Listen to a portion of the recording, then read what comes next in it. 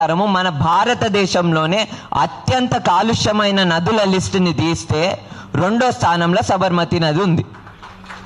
అంటే నీళ్ళని శుభ్రం చేస్తాం, నీళ్ళని తాగునీరు లెక్క చేస్తాము, మలేరియా వస్తుంది, డెంగ్యూ వస్తుంది, ఇవన్నీ జబ్బులు వస్తున్నాయి, దాన్ని బాగుపరుస్తామని ఏదైతే ప్రభుత్వం చెప్తుందో వాస్తవం ఏంది?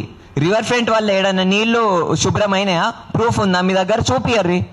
మీరు మోదీ మోడల్ని తీసుకొస్తామని అంటున్నారు, ఆ మోదీ మోడలే అక్కడ గుజరాత్లో ఫెయిల్ అయిపోయింది.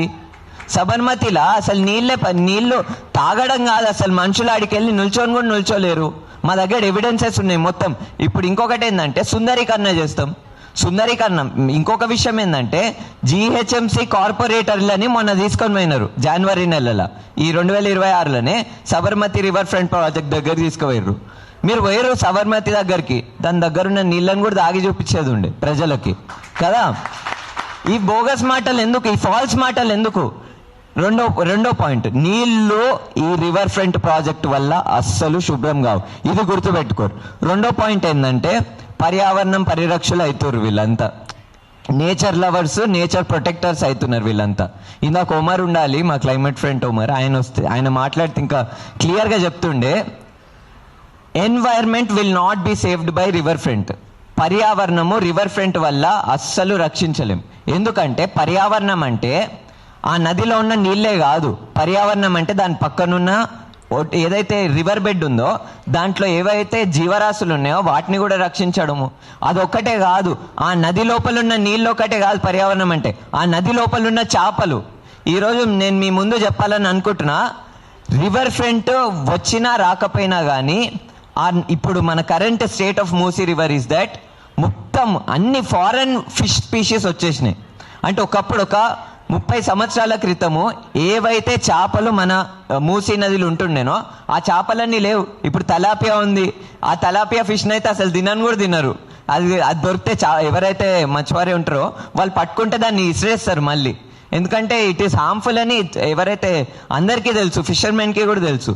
సో అక్కడున్న చేపలని రివైవ్ చేయరు, అక్కడున్న ఈకాలజీని రివైవ్ చేయరు. అసలు పర్యావరణంని రక్షించుకోవాలంటే ఫస్ట్ అక్కడ ఏదైతే మొత్తం కాలుష్యం నీళ్ళు వెళ్తున్నాయో దాన్ని అరిగట్టాలి. సో అదొక పాయింట్. దాని తర్వాత 3వ అంశం ఏంటంటే వీళ్ళు ఇన్ని మాటలు చెప్తున్నారు ప్రజాపాలనని, ప్రజాపాలనలా ప్రజలు లేరు. ఈడ మూసీ ప్రాజెక్టులో వీళ్ళు అంటున్న ప్రజాపాలనలో ప్రజలే లేరు. 1,00,000 కోట్ల ప్రాజెక్ట్ చేస్తున్నప్పుడు, ప్రజాపాలన అనే నినాదం ఎత్తుకుంటున్నప్పుడు చేయాల్సిన పని ఏంది? ఎవరైతే ప్రజలు ఆ మూసీ నది తీరానున్నారో వాళ్ళతో చర్చించాలి కదా. వాళ్ళతో చర్చించకుండా మా దగ్గర ఒక ప్లాన్ ఉంది, మేము అది చేసుకుంటూ పోతాం. సరే, వీళ్ళు ప్రజాపాలన అన్నారు, వీళ్ళు ఎట్లయినా మాట్లాడరు, కనీసం లీగల్ ప్రాసెస్ని అయినా ఫాలో కావాలి కదా. లీగల్ ప్రాసెస్ని కూడా ఫాలో కారు వీళ్ళు. కనీసము ఒక డీటెయిల్ ప్రాజెక్ట్ గురించి ఇన్ని మాటలు మాట్లాడుతున్నప్పుడు డీటెయిల్ ప్రాజెక్ట్ రిపోర్ట్ అని ఉండాలి కదా. మొన్న 2024లో అరౌండ్ 300 ఇల్లులను కూల్చేసింది ప్రభుత్వము. అసలు డిపిఆర్ లేకుండా ఆ ప్రజల ఇల్లులను ఎందుకు కూల్చారు మీరు? మీ దగ్గర ప్రాజెక్ట్ ప్లానే లేదు, లేనప్పుడు నువ్వు ఆ ప్రజల ఇల్లులను ఎట్లా కూలుస్తావు? ఇప్పుడు వీళ్ళు నోటిఫికేషన్ జారీ చేస్తున్నారు. ఏం ఆధారం మీద నోటిఫికేషన్ జారీ చేస్తున్నారు వీళ్ళు? అంటే ఒక ప్లాన్ ఉండాలి కదా, ఒక ప్లాన్ ఉండాలి, ఆ ప్లాన్ ప్రజల ముందు పెట్టాలి, పెట్టిన దాని తర్వాత ముందుకు కదలాలి. అది ఒకటే కాకుండా అసలు ఈడ కాలనీ అసోసియేషన్స్ ఉంటాయి, ఆడ కార్పొరేటర్లు ఉంటారు, ఆ కార్పొరేటర్ల దగ్గర ఏంటి అధికారం ఉంటుంది, ప్రజలందరినీ పోగు చేసి ఆడొక పబ్లిక్ హియరింగ్ పెట్టాలి, చర్చించిన దాని తర్వాత ముందుకు కదలాలి. ప్రజలతో చర్చించకుండా ఈ అన్డెమోక్రటిక్ ప్రాసెస్ ఏడికెళ్ళి నేర్చుకుంటారు. So this is very important. ప్రజలతో చర్చించే ఏ ప్రాజెక్టులో అయినా ముందుకు కదలాలి. లాస్ట్ పాయింట్ ఏంటంటే సోషల్ ఇంపాక్ట్ అసెస్మెంట్ అని ఇందాక ఏదైతే చెప్పారో అదే విషయాన్ని నేను చెప్పాలని అనుకుంటున్నా. ఏ ప్రాజెక్ట్ చేసినా కానీ ప్రజలు, అక్కడ ఎవరైతే ప్రజలు ఉన్నారో, నివాసితంగా ఎవరైతే ప్రజలు ఉన్నారో వాళ్ళ హక్కులని కన్సిడర్ చేసి ముందుకు కదలాలి. లేదు వాళ్ళు రెసిడెంట్స్ కాదు, వాళ్ళు ఎంక్రోచర్స్ అని ఎట్లా అంటావు? How will you say? ఇప్పుడు ప్రభుత్వం ఏమంటుంది, ఈ బస్తీ వాసులందరినీ, రెసిడెంట్స్ అందరినీ ఎంక్రోచర్స్ అని చెప్తుంది. అదే ప్రభుత్వము అసెంబ్లీ సాక్షిగా మేము ఇక్కడ కాంప్లెక్స్ కడతామని అంటుంది.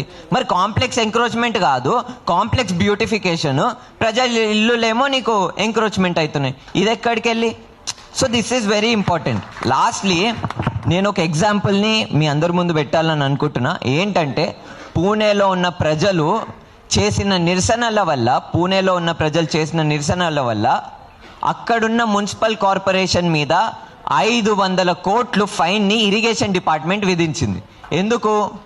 ఆడ మూలామూత అనే ఒక నది ఉంది.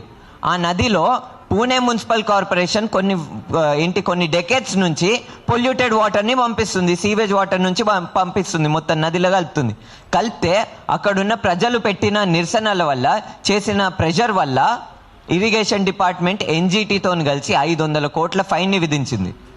మరి నిజంగానే మూసీ నదిలో ఉన్న ప్రజల జీవితాలను మార్చాలనుకుంటే ప్రభుత్వము లేకపోతే మిగతా department చేయాల్సిందేంది?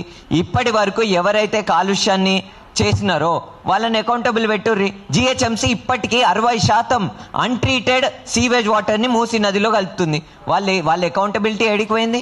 So these are very important questions. And lastly I want to tell only one slogan. I want to tell, save Musi, save people of Musi.